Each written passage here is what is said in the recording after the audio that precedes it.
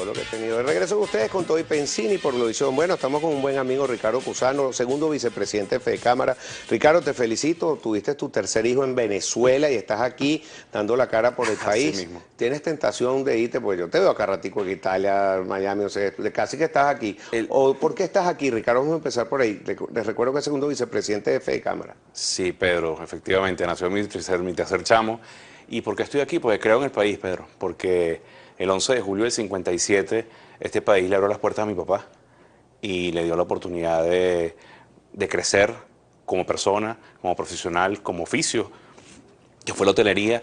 Y siento, y en la familia lo vemos así, que todo esto que le dio el país, a la oportunidad de crecimiento a mi familia, de una u otra forma tenemos que devolverlo. ¿Y cómo lo devolvemos? Haciendo un trabajo de servicio público a través de los gremios, a través de fomentar la empresa privada, de generar más puestos de empleo y sobre todo, bueno, porque mis chamos quieren estar en Venezuela. No te niego que a veces se hace difícil la convivencia por el tema de la seguridad, o sea, hacer una vida más tranquila, que es lo que esperamos todos los venezolanos, de poder ir a un supermercado y ver anaqueles llenos y que tu chamo te pregunte por alguna marca de galleta y la puedas conseguir sin problema, y sobre todo que con el salario que ganas puedas comprarlo. Eso es un poco lo que pretendemos para todos los venezolanos. Y Ricardo, con producto made in Venezuela, hecho en Venezuela, Correcto. porque resulta que nuestros productos tradicionales, ahora los estamos importando de Miami, de Colombia, una harina de maíz que nosotros teníamos aquí, el paquetico amarillo que lo compramos, ahora lo que vemos, el nacional regulado a 50 bolívares, 80 bolívares, no sé cuánto, y el importado entonces 3.000, y es lo que se consigue. ¿Por qué qué es lo que está pasando? Bueno, lamentablemente, Pedro, hay unas distorsiones muy grandes creadas por estos controles excesivos que en vez de promover la mayor generación de bienes y servicios, lo que han hecho es cercenar las oportunidades al aparato productivo. Veíamos en estos días las declaraciones de un exfuncionario, exgobernador militar, que decía que hoy es empresario y decía que no es posible que le estén regulando el precio de los productos que él genera, ¿no? Y que sobre todo que le regulen el precio por debajo de los costos. La realidad es que el gran problema no es que no podemos decir que el problema es que te regulen por debajo de los costos. El gran problema es que te regulen el precio de venta, cuando la verdadera regulación debería ser la que el consumidor decida. Hay una experiencia que me tocó vivir en los años 80, yo estaba pequeño en Italia. Bueno, pequeño, 20, 25. No, yo soy de 76, Pedro, tengo 40 años. Pero tienes pinzas ochentosos. O sea, por el copete. Hubo como que una estandarización de los precios de la leche. Y la sociedad decidió no comprar leche. Al quinto día la leche se les estaba dañando a los productores y tuvieron que bajarla. Porque ahí el fuerte de la relación es el consumidor. ¿Por qué? Porque tiene capacidad de elegir, puede hacerlo. Eso hoy se ha cercenado con el sistema y el modelo del socialismo del siglo XXI. Entonces, bueno, lamentablemente esto ha generado distorsiones que ahora son prácticamente hace invivible la calidad de vida para los venezolanos. Sí, pero la distorsión es tan grande que tú de repente consigues un sirope, por decirte algo, uno de chocolate, uno de esos de panquecas, que lo compras en 70.000, 80.000 bolívares, que sería equivalente a 70, 80 dólares, y eso cuesta en Estados Unidos 1, 2 o 3 dólares, porque una distorsión también de precios tan grandes entre Venezuela y ahorita estamos tan baratos a medio. Porque la realidad es que los costos también de Venezuela se incrementan cada vez más porque el empresario ha tenido que subsanar las responsabilidades del gobierno. Te hablo, por ejemplo, en mi sector. Hoy, en el sector de turismo... El sector turismo. El sector turismo, correcto. Invertimos más en seguridad, porque la seguridad que plantean los 25 planes de seguridad que hemos visto en 18 años, lo que han hecho es absolutamente nada. No hay prevención y lamentablemente los índices delictivos se aumentan. Hoy estamos viendo cómo tienes que, los hoteles, por ejemplo, adquirir plantas eléctricas. ¿Por qué?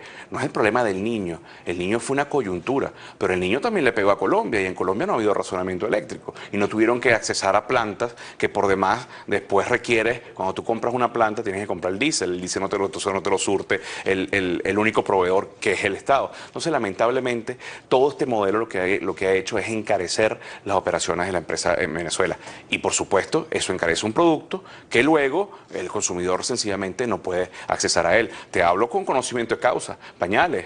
Pañales no los consigues. ¿Por qué no los consigues? Porque no hay la materia prima y no hay los dólares para importar la materia prima.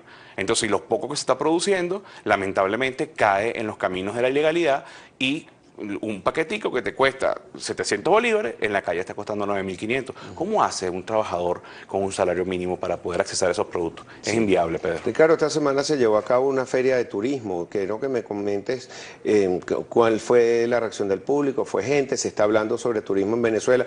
Hay ciertas personas, por ejemplo, Soy Venezuela, son unos chamos, ellos se dedican al turismo de aventura y ellos dicen, mira, en Venezuela a lo mejor las carreteras están mejor de lo que la gente piensa, hay sitios donde tienen más seguridad que otros, han hecho toda una campaña que dicen, yo quiero a Venezuela, yo amo a Venezuela, los admiro mucho porque le dieron la vuelta, en vez de vender una empresa de turismo, están vendiendo el país. Creo que debería ser una iniciativa del gobierno, como pasa ahorita en Colombia, que dice, el único riesgo que puedes tener en Colombia es querer irte. ¿Y qué es lo que está pasando en el turismo venezolano? Fue el gobierno, por ejemplo, y asistió a esta feria de turismo. Sí, pero el 27 de septiembre a nivel mundial se celebra el Día del Turismo. El turismo a nivel mundial se rige por una organización que se llama la Organización Mundial del Turismo, que es un organismo adscrito a la ONU, ¿okay? Donde Venezuela participa de manera activa y ahí se crean un poco las políticas públicas que deberían desarrollar luego los países. Y digo deberían porque aquí no se está desarrollando. En el marco del Día del Mundial y sobre el lema Turismo para Todos, y lo que se busca es la accesibilidad del turismo, que hablo con esto, tanto evitar discriminaciones de cualquier tipo, pero también hacer accesible el turismo a las personas que tienen una discapacidad visual, por ejemplo, auditiva, de peso, de movilidad. Son temas un poco muy desarrollados para el nivel de turismo que tenemos. El 15% de la población mundial tiene alguna discapacidad. Sí, porque el problema ahorita, por ejemplo, no tenemos suficientes vuelos ni siquiera nacionales para cubrir las rutas turísticas. Entonces, muchos hoteles que no están operativos. Correcto. Y a nivel de servicios estamos, pero a nivel de aprendizaje de preescolar, diría yo. Entonces, fíjate, Pedro, en el marco de este tema, vimos experiencia de lo que está ocurriendo en otros países. Cómo están evolucionando. Eso fue lo que Eso es lo que trabajamos el 27, lo trabajó Conceturismo, bajo la presidencia de quien me predecesió, quien vino después de mí, José Yapur, que además debo decir, no hay nada mejor que saber que el que viene después de ti lo está haciendo mejor que tú. Porque significa que tú dejaste unas bases que permitieron que todo se mejore. Pero tampoco estés regando la voz, porque no. Porque ya está de cámara, está abierto el puesto. Porque lo que se busca... Está bien, lo que está haciendo un reconocimiento. Lo que se busca, Pedro, es institucionalidad. No importan las personas, las personas le dan una impronta y un empuje a algún momento determinado. Pero cuando hay bases sólidas, las cosas caminan. Y este evento hubo 350 personas, lamentablemente, entiendo que invitaron desde Conceturismo se invitó al sector público, no estuvieron los diputados que están en la Comisión de Turismo de la Asamblea Nacional, pero lamentablemente esa interacción, mi ponencia fue sobre turismo, una oportunidad de consenso entre el sector público y el sector privado, y lamentablemente no estaba el interlocutor. En verdad no entiendo esa posición, porque precisamente una de las cosas que se está impulsando los motores, y creo que los sectores que mejor se ha movido es el sector turístico, con la renovación de todo lo que ha sido Mérida y el teleférico, lo que se está haciendo también en Playa del Agua y distintas zonas de Margarita, en Canaima también están tratando de impulsar el turismo y la hotelería. Por eso es que ese punto que tú dices es importantísimo. Si quieres, al regreso vamos si quieres, bueno, aprovecha en este momento, pero en 2 minutos para hablar del tema. Básicamente, Pedro, lo que proponemos, hay 4 formas, y esto es académico, hay 4 formas de la interrelación entre el sector público y el sector privado. La antagónica, que es la que estamos viviendo lamentablemente, donde lamentablemente no hay una conexión entre los objetivos, o una forma de coordinación, una de coexistencia, una de coordinación y una de cooperación. Los países desarrollados, su empresa privada, no solo en turismo, la empresa privada generadora de puestos de empleo, ¿por qué funciona? Porque hay coordinación, cooperación en las políticas públicas. Eso hoy Venezuela no lo está viviendo.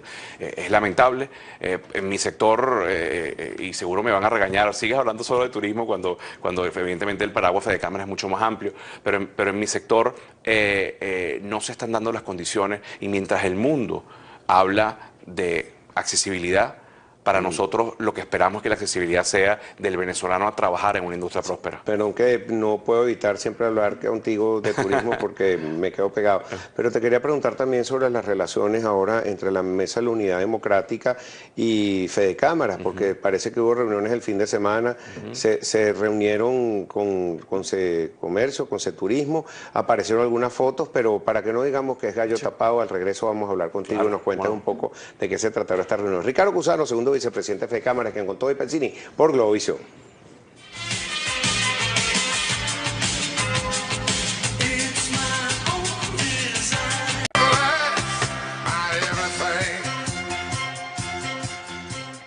De regreso con ustedes aquí en Con y Pensini por Globovisión. Estamos hablando con el segundo vicepresidente de Fede Cámaras, Ricardo Cusano, y estamos hablando precisamente de unas reuniones que se llevaron a cabo el fin de semana. Vimos algunas gráficas, por ejemplo, en El Nuevo País, del presidente con Industria, retratado con Chuo Torrealba, que es el secretario general o el representante de la Mesa de la Unidad Democrática.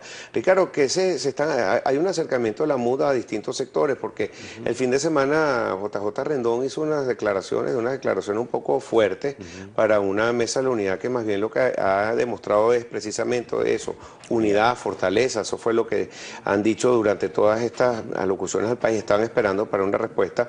JJ Rendón sí creo que tiene razón, y se le dio la razón el propio Henry Ramos Alup, diciendo que no estaban incluyendo a sectores del país. Yo creo que es importantísimo para que el país salga adelante ante cualquier cambio político, tomar en cuenta a la industria, al comercio y a todos los gremios. Cuéntanos qué se trata estas conversaciones, diálogos, ¿crees que van a tener efectividad? Mira, lo primero que se hace como nosotros como Fede Cámaras y como institución es conversar lo que aspiramos que sea un país en términos de producción, en términos de generación de empleo, de mayor empresa, y hay que hacerlo con todos los actores. Y la MUD es un actor político importantísimo. Qué interesante sería que también pudiésemos reunirnos con el gobierno nacional y con el partido de gobierno para plantear nuestras ideas. Y ahí lo que buscábamos era eso, era primero dar una realidad de cómo está hoy el aparato productivo venezolano, explicarlo, hacerlo entender el por qué, porque no es solo decir cuál es el problema, sino por qué llegamos a ese problema y cuáles son las soluciones que nosotros estamos viendo que deberíamos articular todos los actores de la sociedad venezolana. Y básicamente es eso, Pedro, es diálogo, es jugar con las cartas abiertas porque el país así lo necesita, porque la única forma de que salgamos de este caos en términos de calidad de vida, en términos de la economía del venezolano, es con el consenso y con el aporte de todos los actores. Y eso es un poco lo que ocurrió el fin de semana. El Instituto Heritage Foundation de allá de Canadá, junto a Se Dice Libertad, ellos emiten su informe sobre libertades económicas en el mundo, y este año sacó más que 0,1 en la boleta Venezuela, está de último en 180 países, toma en cuenta una serie de factores. Pero este año sacaron también como un folleto adicional, está hecho por el profesor Hugo Farías, que estaba en el IESA, ya está afuera otro profesor, donde estudian Irlanda, Estados Unidos, que también está perdiendo libertades económicas, y Venezuela. Pero llama la atención porque ellos dicen de que este proceso de pérdida de libertades económicas no empezó hace 17 años, que empezó más o menos en los 80, y que el problema, el caos económico que tiene Venezuela en este momento se debe a esa pérdida de libertades económicas. ¿Crees que recuperando estas libertades económicas en corto plazo podamos tener un país que empiece a evolucionar en su economía? No solo las libertades económicas, pero el problema, lamentablemente, el problema en Venezuela no es solo económico. El problema que tiene Venezuela hoy es de conflictividad política por un modelo de pensamiento político que lo que ha hecho es deteriorar absolutamente todos los estamentos que medianamente funcionaban en el pasado. Y lo que se pretende no es volver al pasado, sino mejorar lo que tenemos y las oportunidades que podemos desarrollar. No vemos soluciones a corto plazo simplemente con liberar o generar un libre ejercicio de esas libertades económicas. Tiene que haber consenso político y consenso social, porque lamentablemente el problema económico requiere medidas muy fuertes, donde además tendrán unos costos políticos para quien les toque aplicarla bastante importante. Por eso tiene que haber un sentido de historia, de que quien tome esas decisiones sepa que no va a ser muy popular, pero va a solucionar los problemas y se lo reconocerá la historia. Y además atacando, como decía el invitado peruano que estuvimos en la... Te iba a hacer referencia a eso, Correcto. ese invitado que dijo, mira... que había que darle en la yugular a la hiperinflación y explicaba cómo. Eso tiene que venir de la mano, no solo del consenso político, sino de un importante proyecto social de cómo tú vas a defender, por lo menos en el proceso de ataque de la hiperinflación, a los más desposeídos, con ayudas directas, pero sin tanta burocracia y sobre todo sin esta vorágine de corrupción que hemos visto en los últimos años en Venezuela, que ideas buenas se han transformado lamentablemente en algunos casos, o mejor, en algunos casos las ideas buenas, porque no todas han sido buenas y estamos viendo las consecuencias hoy, se han transformado en corrupción plena y en no servicios y en no bienes para el Venezuela. Claro, el ministro de Comercio, Jesús Farías, en un programa aquí en Globovisión dijo hace poco que ya lo peor había pasado. ¿A qué hacía referencia Farías? No lo sé, habría que volvérselo a preguntar para que lo aclare. Yo creo que lo peor, o creemos desde la institución, que lo peor no ha pasado. Cada día la cadena de producción está mucho más deteriorada, cada día se hace más inviable poder generar un bien, un servicio, cualquiera que sea, porque las condiciones cada día son peores. Cosas básicas, el Internet en Venezuela no es precisamente el mejor del mundo, estamos entre los peores países de conectividad. ¿Qué implica eso? Eso no implica ver Facebook y ver Twitter, eso implica la interconectividad bancaria, por ejemplo, eso implica las telecomunicaciones. La interconexión para el gobierno, la interconexión. Que han hecho una gran labor digitalizando absolutamente todo, me parece muy bien, pero si no tienes velocidad... Si no hay libertades, si no se toma la decisión de generar las libertades cambiarias, si se pretende seguir teniendo un control de cambio, tienes que permitirle a los privados que interactúen sin que sea un delito. Hoy no hay nadie en Venezuela que pueda transar una divisa entre privados sin que sea un delito. Si tú hoy quieres tener algo de producción, lamentablemente tienes que estar fuera de este marco legal que lo que ha hecho es entrampar y dañar el aparato productivo, ¿no? Fedecámaras es el brazo político de los industriales y del comercio en Venezuela, los empresarios, pero tienen una posición política muy distinta al 2002. En este momento, ustedes que han visto los motores, el Consejo Nacional de Economía Productiva, los han tomado en cuenta, ustedes se han propuesto a ir allá. Hay algunos industriales que sí participan, otros que no. Ellos tienen más privilegios que el resto de los otros industriales. Mira, Pedro, primero es bueno ese tema que colocas el 2002. En el 2002, la diferencia que tenemos hoy es que la Fedecámaras de hoy no aspira a dirigir, a tener poder, aspira a influenciar las políticas públicas del trabajo de los políticos, sea del color que sea, interactuar con absolutamente todo en todos los niveles de poder, alcaldías, gobernaciones, a nivel nacional, Asamblea Nacional, porque para eso estamos. Para traducir Fedecámaras, otra cosa, no produce absolutamente nada. A nosotros nos colocan que somos los factores de la guerra económica. Nosotros no producimos, nosotros somos un centro de ideas, de pensamiento y de información del empresariado. ¿Cómo está conformado Fedecámaras? Eso es bueno que el público lo conozca, que a veces pareciera que está preconcebido en la gente y no es así. Están los sectores económicos y están las regiones. Ahí hacen vida cámaras y dentro de esas cámaras hacen vida empresas. Y esas empresas trasladan el sentir de sus necesidades y el sentir de sus trabajadores a estas cámaras que luego suben a los sectores y regiones y en Fedecámaras se concentra toda esa información. ¿Y qué es lo que pretendemos hacer? Esa información, traducirla en soluciones para una mejor empresa, una empresa mucho más robusta, fortalecida y por supuesto en defensa de los derechos que por demás están hoy consagrados en la Constitución. Democracia.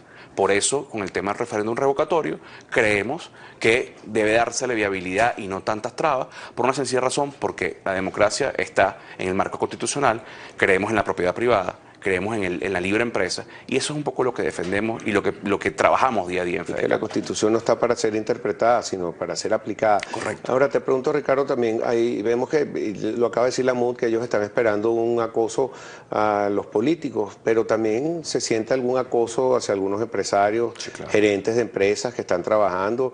No sé si la militarización ha ayudado o no a que aumente la producción, que era lo que se decía por el Consejo Nacional de Economía.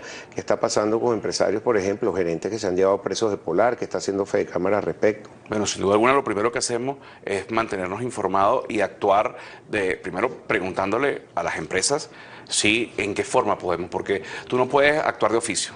Tú primero también tienes que entender a la víctima en este caso y apoyarlo en las gestiones que ellos hagan para la defensa de sus trabajadores.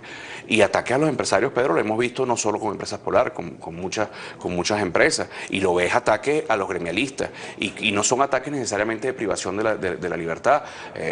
Declaras y posiblemente al día siguiente tienes una batería de instituciones inspeccionándote de la empresa que posiblemente te la inspeccionaron la semana pasada. Pero bueno, como metodología de castigo, van nuevamente y es un acoso. Ya deja de ser un seguimiento a las buenas prácticas empresariales y pasa a ser un acoso, estas herramientas legales, del estamento legal y de las instituciones que deberían estar pendientes de mejorar la calidad de vida de los venezolanos y no del deterioro de la empresa privada que por demás emplea, Pedro, de los 30 millones de venezolanos, casi 12 millones. Es decir, sí. si sacamos a los niños y si sacamos a los jubilados, el 80% de la fuerza laboral venezolana la emplea el sector privado que está en Fedecámara. ¿Y qué ha pasado con las empresas que tienen precios regulados? ¿Han podido subsistir después del aumento de salarios mínimos? ¿Han seguido cerrando empresas? La última vez que habló Juan Pablo Larqueaga, de presidente con Industria, dijo que 12.000 empresas que estaban activas quedan menos de 4.000 ejerciendo sus funciones en Venezuela. Bueno, pero el holocausto continúa. En 1998, cuando ingresó este modelo de pensamiento a la política venezolana, habían, por cifras del INE, cifras oficiales, 620.000 empresas. Hoy, por las mismas cifras del INE, con unos rezagos de un par de años porque no las han actualizado, ya vamos por 350.000 empresas, es decir, un holocausto. Si tú piensas que solamente en Colombia hay 5 millones de empresas con una población, estamos abismalmente distanciados del mundo y del desarrollo mundial. Lamentablemente eso hoy no está cambiando, Pedro. Cada día vemos más esfuerzos para mantener abierta la Santa María. Que es distinto de empresas cerradas, ¿no? Bien. Ricardo, muchísimas gracias por estar hoy con nosotros, mucho éxito en tu vicepresidencia de Fedecámara, siempre te lo digo, también con ese sector turístico que puede generar divisas. Ojalá que esa tesis, házmela llegar, por favor, que la quiero leer, y además que, bueno, cualquier persona que pueda ayudar a que haya ese diálogo y que te escuchen, de que, ¿cómo que es el título? Que el turismo es el sector. Turismo, una oportunidad de consenso para el sector público y sector privado. Excelente. Bueno, muchísimas gracias. Saludos a Yaipur, que ha hecho una gran labor también en turismo, en todo lo que es la isla de Margarita, que está saliendo adelante. Saludos a los margariteños. Gracias a ti por ser un abanderado también de siempre el turismo y siempre apoyar a la generación del turismo y sobre todo a la empresa privada. Y a la empresa privada, porque detrás de todos estos empresarios una cantidad de empleados que es preferible hacer un producto venezolano, made in Venezuela, por $1 que importarlo a $4, que estás ayudando a otro empresario que ni conoces y otros empleados que son de otro país. Correcto. Y nosotros aquí... Bueno, Ricardo, muchas gracias. Ricardo Cusano, segundo vicepresidente de Fedecámaras, @Ricardo Cusano para que lo sigan en Twitter. Ya regresamos con más para ustedes aquí en Con Todo y Pensini, Globovisión.